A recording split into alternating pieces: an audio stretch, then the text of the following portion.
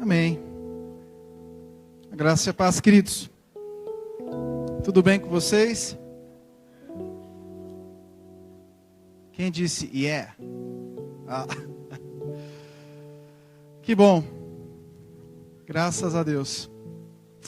Série Gênesis, capítulo 23.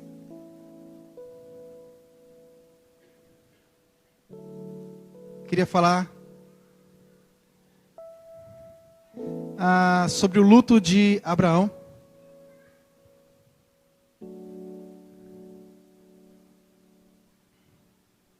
Pastor, alguém morreu? Não.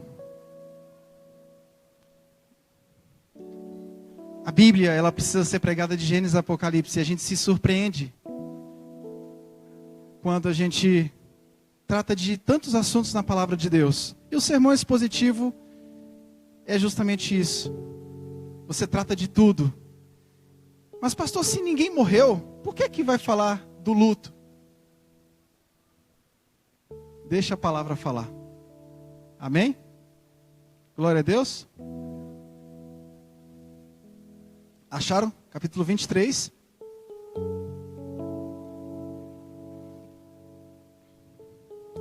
Tendo Sara vivido 127 anos, morreu em Kiriat Arba, que é Hebron, na terra de Canaã. Veio Abraão lamentar Sara e chorar por ela. E falou aos filhos de Et: sou estrangeiro e morador entre vós. Dai-me a posse da sepultura convosco, para que eu sepulte a minha morta. Responderam os filhos de Et a Abraão, dizendo: ouve-nos, Senhor, tu és príncipe de Deus entre nós. Sepulta numa das nossas melhores sepulturas a tua morta. Nenhum de nós te vederá a sua sepultura, para sepultares a tua morta. Então se levantou Abraão e se inclinou diante do povo da terra, diante dos filhos de Et, e lhes falou, dizendo: se é do vosso agrado que eu sepulte a minha morta, ouvi-me, intercedei por mim junto a Efron, filho de Zoar, para que ele me dê a caverna de Macpela, que tem no extremo do seu campo, que me dê pelo devido preço em posse de sepultura entre vós. Ora, Efron, o Eteu, sentando-se no meio dos filhos de Et, respondeu a Abraão, ouvindo-os os filhos de Et, a saber, todos os que entravam pela porta da sua cidade: de nenhum modo, meu senhor, ouve-me, dou-te o campo e também a caverna que nele está, na presença dos filhos do meu povo te dou, sepulta a tua morta. Aí no versículo 20 diz: e assim pelos filhos de Et se confirmou a Abraão o direito do campo e da caverna que nele estava em posse de sepultura. Que o Senhor fale ao seu coração nessa noite através da palavra do Senhor. Amém?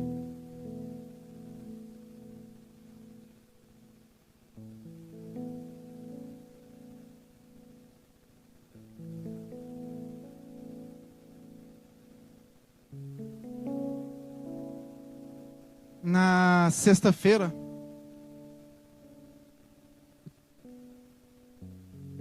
calhou de eu falar sobre luto agora, justamente no dia que o texto caiu, certinho, capítulo 23. Na sexta-feira eu fiz uma visita a uma mãe que perdeu uma filha de 28 anos de idade. E morava na mesma casa, vó, mãe e filha.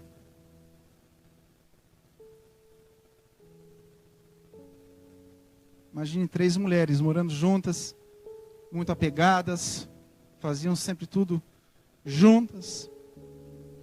De repente, aquela filha acordou com dores horríveis e dali foi para o hospital. Tentaram de tudo, mas a filha veio a óbito. Fui no velório, a própria mãe não conseguiu, com razão, Luto é luto. Não adianta sufocar isso. Eu vim para casa e uma semana depois eu acordei muito incomodado e liguei, olha, eu queria fazer uma visita para tua irmã, a irmã da Tânia. E fui lá. E como eu aprendi, gente?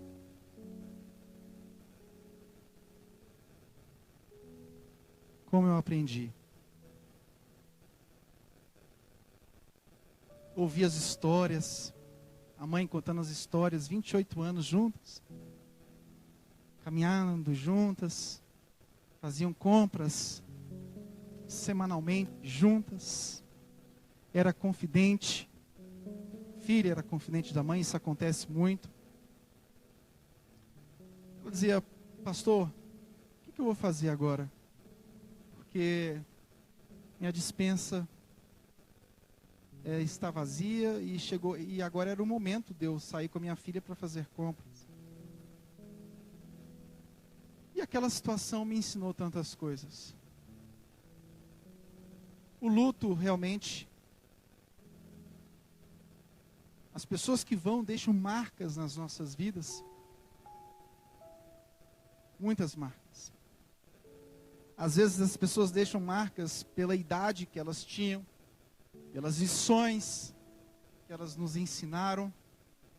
Às vezes as pessoas deixam marcas através da doença que elas viveram, nos ensinar. Às vezes tem pessoas que passam por doenças e nos ensinou tanto acerca de Deus. A gente tem que aprender mais de Deus, mais de Cristo, não somente através de uma área da vida cristã. A gente quer aprender de Deus somente através da área da santidade, que deve ser aprendida. Mas Deus e Cristo toca todas as áreas da nossa vida. Você precisa andar em santidade, eu também preciso. Mas você não pode querer enxergar Deus somente por esse viés. Esse é uma das áreas da nossa vida que precisa ser levada a sério. Mas Deus, o Deus Trino, Ele toca em tudo na nossa vida, na nossa existência. E Ele nos ensina tantas coisas. Quando a gente olha para a criação, a gente vê como esse Deus é formoso, como esse Deus é maravilhoso. Quando a gente olha para uma mãe, numa situação dessa, a gente aprende que nós temos que dar pelo menos uns 300 beijos nos nossos filhos, pelo menos de 10 em 10 minutos. A gente aprende as histórias. Quando a gente vê alguém de luta, a gente aprende com a história dela. A gente aprende a história, o que Cristo fez na história dessa família. Oh, irmãos, a vida cristã tem tantos pontos para serem tratados.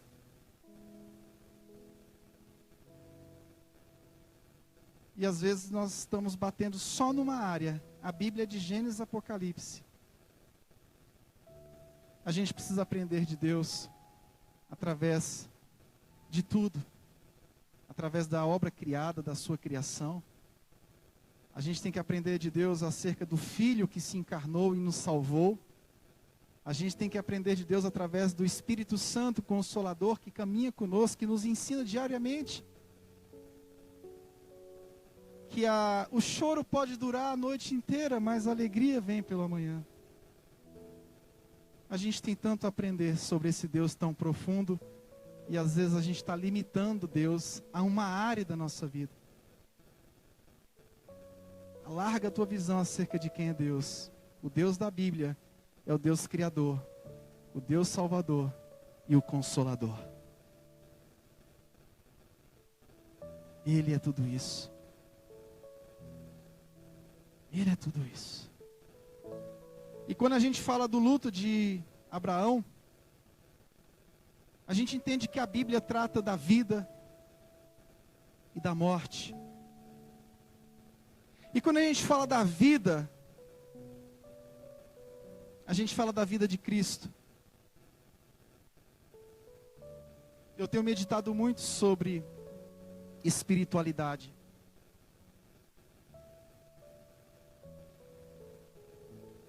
E às vezes a nossa espiritualidade está tão utópica, porque ela trata de fatores estereótipos. E às vezes ela se esquece de tratar de questões que estão lá no fundo da nossa vida.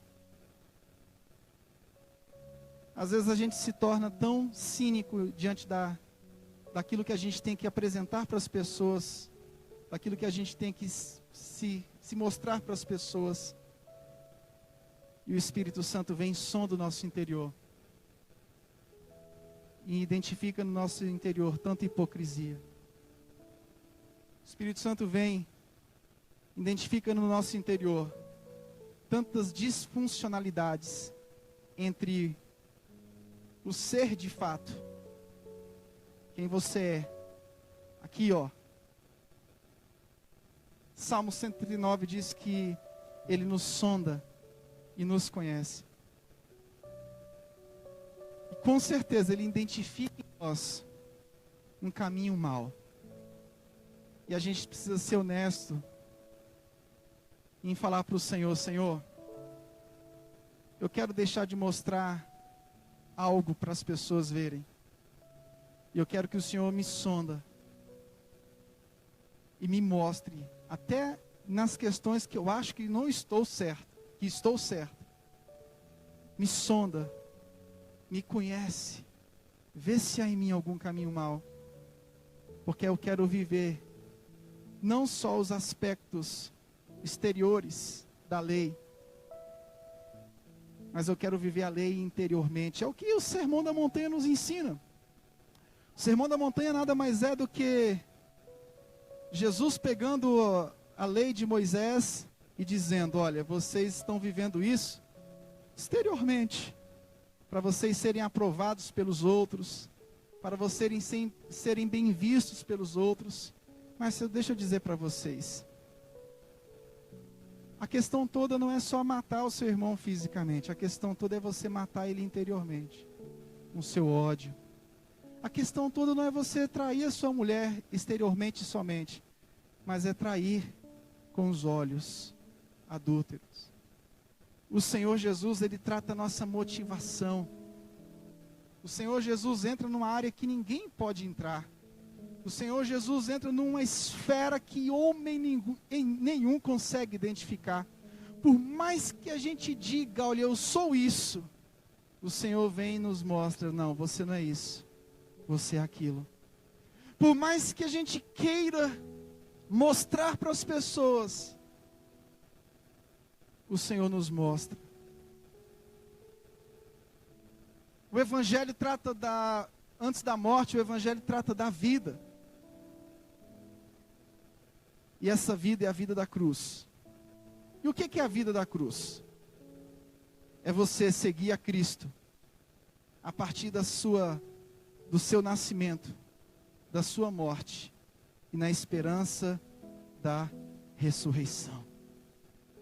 Como é que você vai encontrar Deus? Tem pessoas que querem encontrar Deus através de algo glorioso.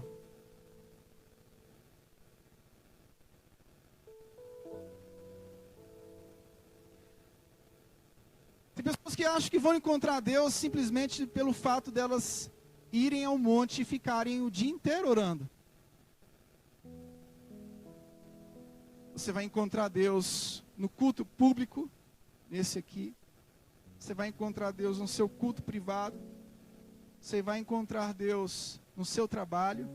Você vai encontrar Deus nos seus negócios. Você vai encontrar Deus em todas as esferas da vida. Porque Ele é onisciente, onipresente e onipotente. Como eu vou encontrar Deus? Eu encontro Deus através da pessoa de Jesus Cristo de Nazaré. Então eu não preciso viver de uma forma gloriosa, com demonstrações de espiritualidade. Eu não preciso de nada disso. Isso é enganoso para a minha própria vida. Eu quero ser encontrado por Deus, assim como os discípulos foram encontrados por Jesus Cristo, lá no Sermão da Montanha. O Senhor chama eles e diz: vem cá, que eu vou mostrar quem vocês são. Vem cá. Vem cá, meus discípulos. Vem cá, vou chamar vocês aqui. Vamos para o canto ali, vamos subir ali. Um lugar mais alto, vamos nos destacar da multidão. E nós vamos para um lugar mais alto e lá eu vou sentar com vocês e vou olhar no fundo do olho de vocês e vou dizer quem vocês são. Porque, com certeza, entre os judeus havia muita hipocrisia. E Jesus diz: olha, vocês são assim. Vocês estão orando na sinagoga, para cima e para baixo, para serem vistos. Quando vocês forem orar, vai para o quarto de vocês, feche a porta. E o seu pai que está em secreto te ouvirá e te recompensará. Quando vocês forem jejuar, não fiquem com o rosto contristado para serem vistos diante de um jejum de 40 dias. Lava o rosto. Lava o rosto. É como se Jesus estivesse dizendo: olha, não adianta você se esconder de mim através da sua espiritualidade, porque eu sei quem é você. E não adianta eu olhar para o meu irmão e querer desnudar o meu irmão, tentar entrar onde só Deus entra. É o que Jesus estava fazendo. Olha, eu vou entrar numa área aqui que ninguém em Israel entrou na vida de vocês. Eu vou entrar na mente de vocês, que eu sou onisciente. O único que entra na nossa mente é Jesus Cristo de Nazaré. Porque é o único onisciente. Então, entre a morte, nós temos a vida de Cristo. E o grande segredo é esse Cristo que faz uma leitura das nossas vidas. Nós fazemos uma leitura de Cristo, mas na verdade a nossa espiritualidade é uma leitura que Ele faz de nós. E quando Ele lê as nossas vidas, quando Ele faz uma leitura de quem nós somos, não sobra nada. Os atos externos, e para impressionar. Os atos internos, Ele diz: esse é você. E aí vem a morte. E o que aconteceu com Sara e Abraão? Abraão foi o pai na fé. Foi através dele que nós recebemos a descendência em Cristo Jesus da tão grande obra de salvação. Mas Abraão, ele teve um erro. Sara era formosa. Chegaram num determinado lugar, ele disse: Sara, vamos mentir. Se eu disser que você é minha esposa, eles vão pegar você. Isso nos ensina que, de fato, somente a obediência de Cristo até a cruz, que pode trazer qualquer tipo de justiça nas nossas vidas. Isso me ensina que, embora Abraão fosse um homem chamado por Deus, o pai na fé, ele não poderia exercer diante de ninguém a sua própria justiça. Ele não poderia chegar diante de ninguém e se gabar de uma justiça própria, porque na primeira oportunidade que aconteceu na vida dele, Abraão fez o quê? Puf! Caiu na mentira. Eu não estou dizendo que pelo fato de você estar na graça, você tem que continuar pecando. É o que diz Paulo em Romanos capítulo 6. Não. O que eu quero dizer é que você e eu, nós precisamos abandonar nossa justiça própria. Porque uma hora você vai errar. E a única justiça que vai sobrar para a sua vida é a justiça de Cristo Jesus. Nós precisamos de uma espiritualidade mais humilde. Sara morreu. 127 anos, meus irmãos. E o texto fala que Abraão ficou com dor. Chorou. O texto diz aqui, capítulo 23, que Abraão se lamentou. Abraão chorou. Meus irmãos, eu quero dizer uma coisa para vocês.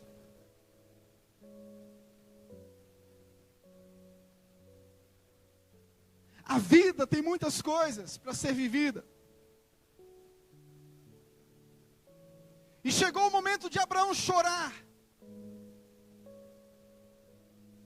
Eu imagino que Sara devia ter sido uma mulher que o auxiliou nos momentos sombrios, nos momentos de alegria. Eu imagino que Sara tenha sido uma mulher muito boa. O texto não diz todas as características de Sara, mas o texto nos diz algo. Em toda a narrativa de Abraão e Sara, ela estava com ele. Ela estava com ele. Ela não largou, foi lá, estava lá com ele. Quando Ló começou a encher a paciência de Abraão lá, por conta de terra, por conta de espaço, não sei o quê. Ló foi. Mas Sara ficou. Foi uma auxiliadora. Mas agora Abraão se despede da sua auxiliadora. No versículo 3 ao versículo 20, nós temos aqui Abraão comprando a sepultura, negociando essa sepultura. Ele lamentou nos primeiros versículos, o versículo 1 e 2, mas no versículo 3 ao 20, no devido tempo, a gente vê Abraão se levantando, e do lamento ele foi tratado o quê? Da sepultura. Algo muito difícil. Algo muito difícil o próprio ente tratar da sepultura do próprio ente. Geralmente quem faz isso são pessoas que estão auxiliando. E Abraão não voltou para a terra dele, nem para Ur dos Caldeus e nem para Harã. Foi sepultar Sara no lugar que Deus havia colocado eles. E a Bíblia diz que ele comprou a caverna de Macpela, para que a família tivesse um local futuro de sepultamento familiar.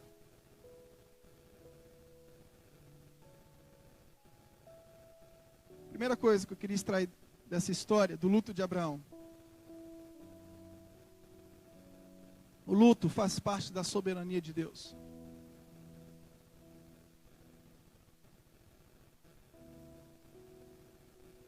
Não adianta a gente ficar falando que é isso, que é aquilo, que... Não adianta a gente ficar com muitas demonstrações de espiritualidade. Uma hora a nossa espiritualidade vai ser testada.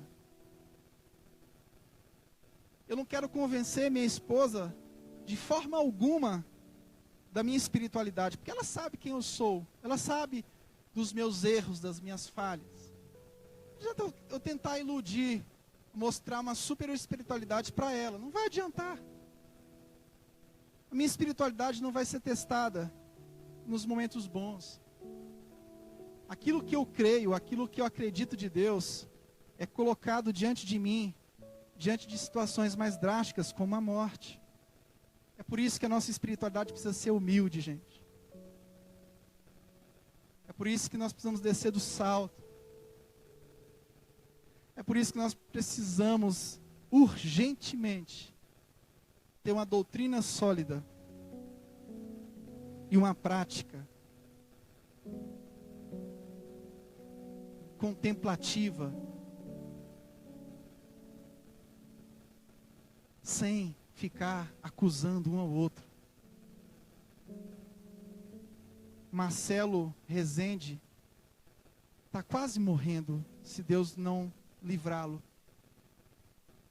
Eu falei hoje de manhã, hoje eu vi uma postagem que eu fiquei horrorizado. A mulher dizendo, corta para mim, satirizando. Marcelo, e agora? Pergunta de interrogação. Mas tem Jesus, viu, Marcelo, que pode te curar.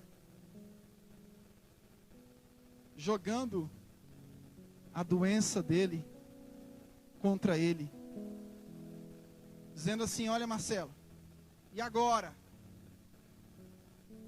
Querendo dizer para ele: olha, agora é Jesus, cara. Mas de uma forma tão preocupante, que me deu arrepio. Eu fiquei muito preocupado quando eu vi isso. Eu disse: meu Deus, que espírito de vingança que nós temos na nossa vida. Nós temos um espírito de vingança que precisa ser vencido pelo poder da graça de Jesus. Você viu o que aconteceu com fulano? Deus está no controle da vida dele. Você viu o que aconteceu com Beltrano? Deus está no controle da vida dele. Você viu o que aconteceu assim, assim, assado? Deus está no controle da vida dela. Quando alguma coisa chega nos nossos ouvidos, a gente tem que dizer: olha, Deus está no comando dessa história. Deus está no comando da vida da família do Marcelo, dos filhos dele, que tem que ouvir o Santiago, Valdomiro Santiago, dizendo que foi a mão de Deus que está pesando sobre a vida dele. Meus irmãos, em nome de Jesus, onde nós iremos parar com essa justiça própria? Meu Deus!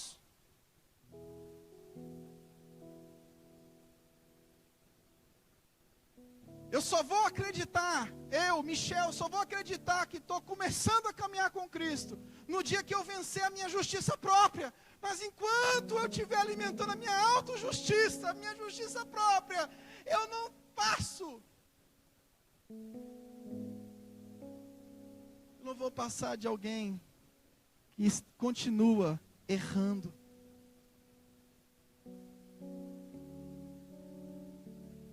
Eu tinha uma tia, faleceu. E essa tia, todo mundo que ficava doente, a gente: fulano está doente, você viu? Vi. Pois é, pai. Você vê, né? Brincou com o Senhor, fez isso, fez aquilo. A gente morria de medo de contar qualquer coisa para a tia, coisa ruim, coisa da vida.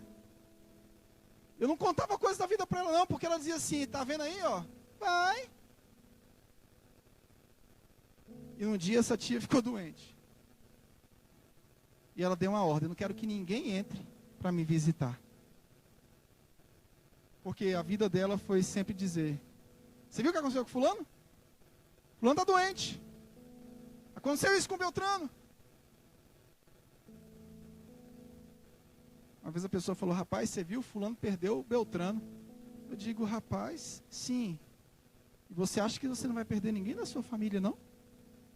Meu irmão. Meu irmãozinho. Bonitinho de Jesus Cristo. A gente só vai saber o que é soberania de Deus diante de uma situação dessa.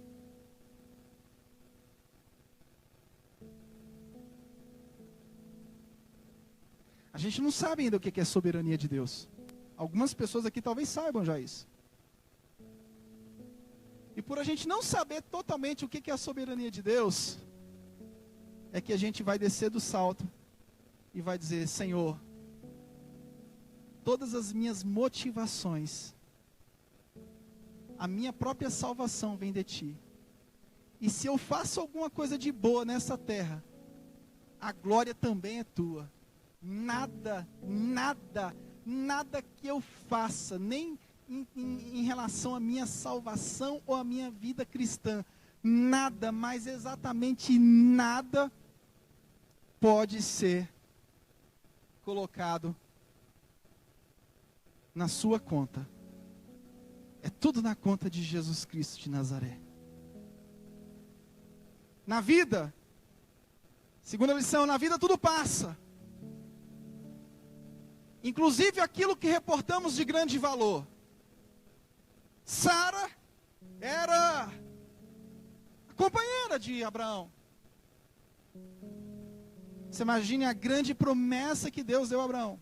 O grande desafio que Deus deu a Abraão. E de repente, acontece. A promessa se cumpre de Isaac.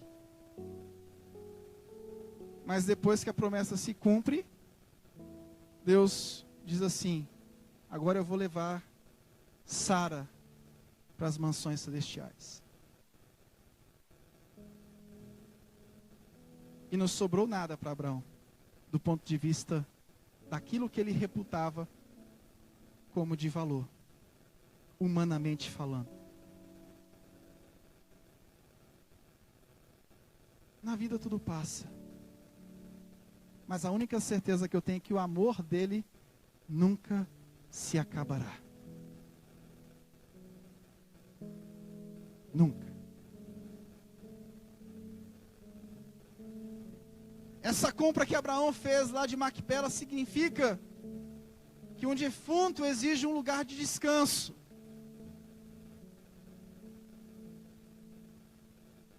Só que isso aqui ensina algo muito mais profundo para nós. Além de ser uma questão cultural da família comprar seu jazido para enterrar todos os entes, a Bíblia está cheia de questões nesse sentido, questões culturais estão na palavra de Deus. Por exemplo, quando Sara chega para Abraão e fala: Sara, vai lá e toma H como tua mulher, impacientes para receber Isaac. Aquilo ali é uma cultura mesopotâmica. É.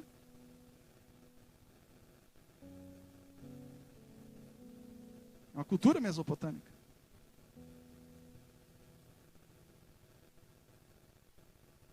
E essa cultura aqui, de ir lá e comprar a sepultura, ela perdura até hoje. A gente chega lá e compra, né? Eu quero um jazido assim, que dê para enterrar 6 pessoas, 7 pessoas. Mas isso aqui ensina algo muito maior para nossas vidas. Nos ensina que havia um descanso muito maior, uma herança, um lugar de descanso definitivo como promessa. E de que essa separação corpórea de Abraão e Sara, lá na frente, em Jesus Cristo de Nazaré, isso seria eliminado, no sentido de que a morte seria vencida, e foi vencida. Um descanso muito maior era a herança, é a herança do povo de Deus como promessa.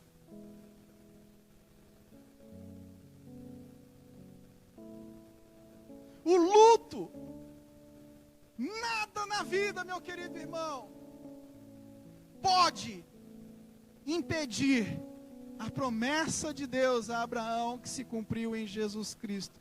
Nem mesmo a morte. Nem mesmo a morte. Então, quando você chegar para uma pessoa no velório, quando você for visitar alguém, sai de casa com essa convicção. Eu fiz uma prova. A última prova que eu fiz, em outra língua, e tinha uma pergunta difícil lá de aconselhamento, processo seletivo. Eu precisava da bolsa da CAPES, senão eu não ia conseguir cursar, senão a Gisele também não ia conseguir fazer o que ela tinha que fazer. Eu tinha que tirar uma nota de corte. Complicada, né? E veio uma pergunta muito difícil: o que falar diante do luto? Falei, meu Deus, não tinha estudado isso.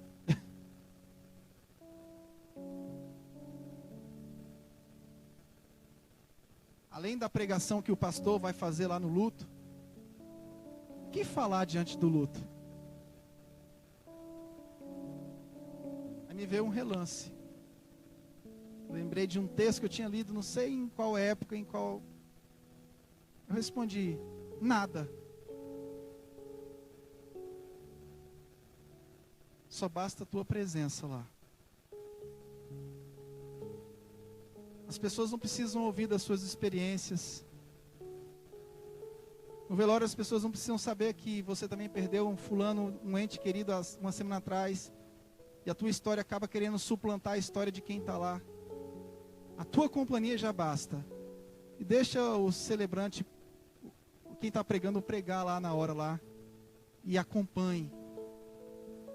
Abrace a sua presença.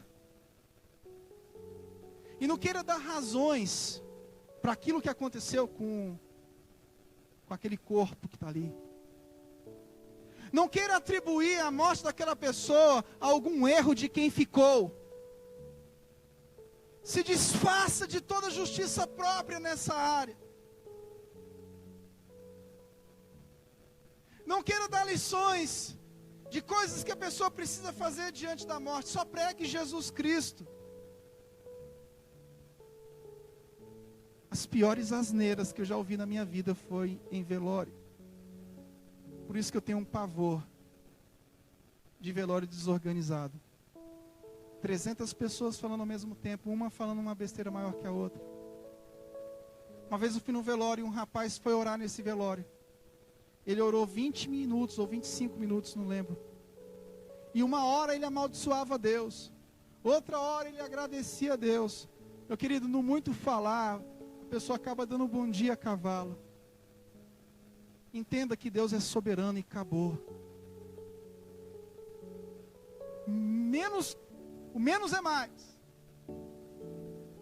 E velório é um lugar muito complicado também, porque as pessoas querem disputar a pregação. Tem aquele irmão lá da tal igreja, o outro irmão da outra igreja. Não, chegou mais um pastor aqui. Eu falei, irmão, tá cheio de pastor. Faz o seguinte, deixa só aquele lá falar. Uma vez a pessoa falou assim, pastor, você pode ir no velório? Vou sim. Chegou lá, tinha 5 pregadores. Eu falei, irmão, deixa eles aí. Velório não é lugar de disputar homilética ou oratória. Velório é lugar de abraçar quem chora. Velório é lugar de abraçar quem sofre. É lugar de você ser como Jesus foi. De amar. De se solidarizar. De chorar com os que choram.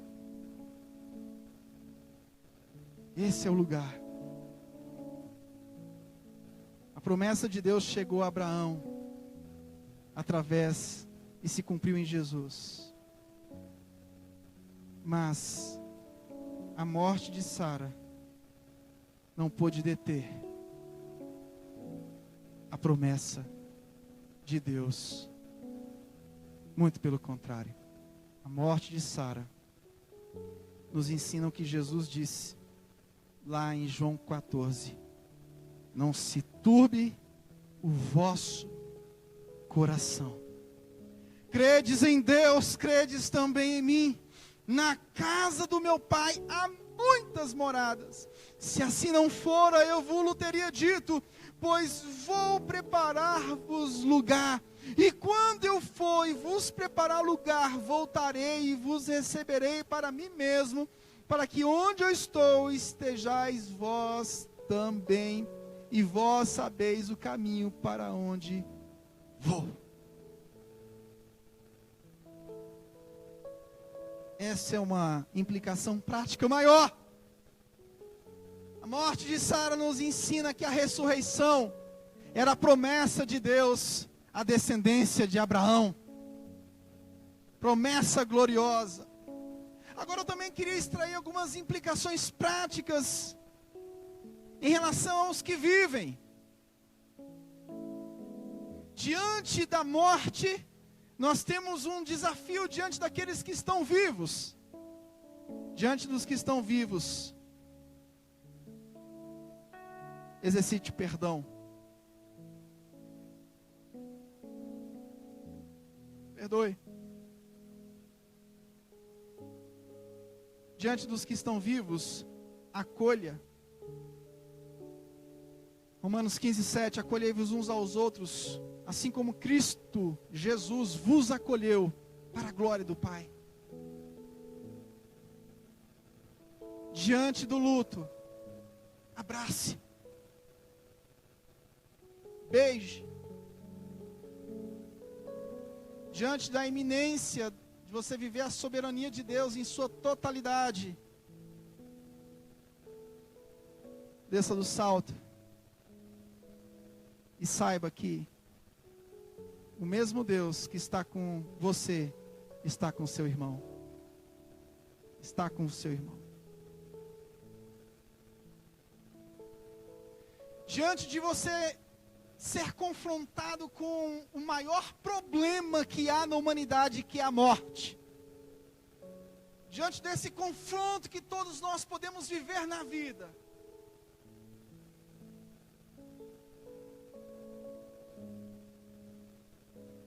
abandone a sua justiça própria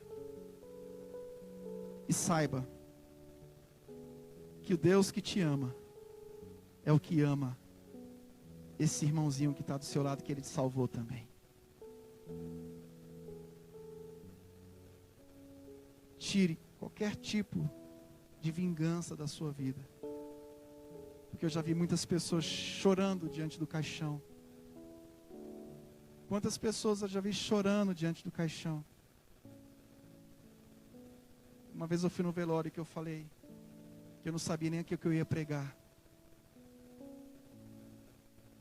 Eu disse, meu Deus, o que é que eu vou falar aqui?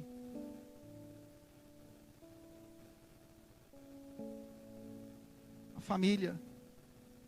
Vai um filho, depois vai outro.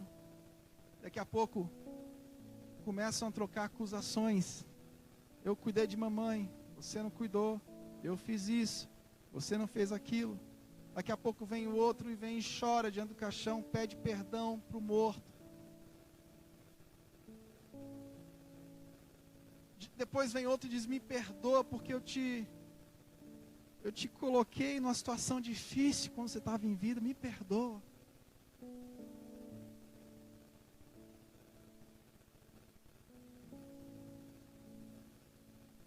Abrace, beije. Abrace e beije muito.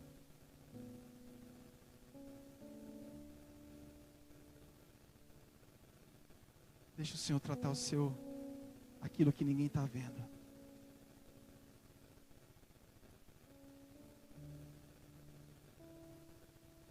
Danilo, por favor.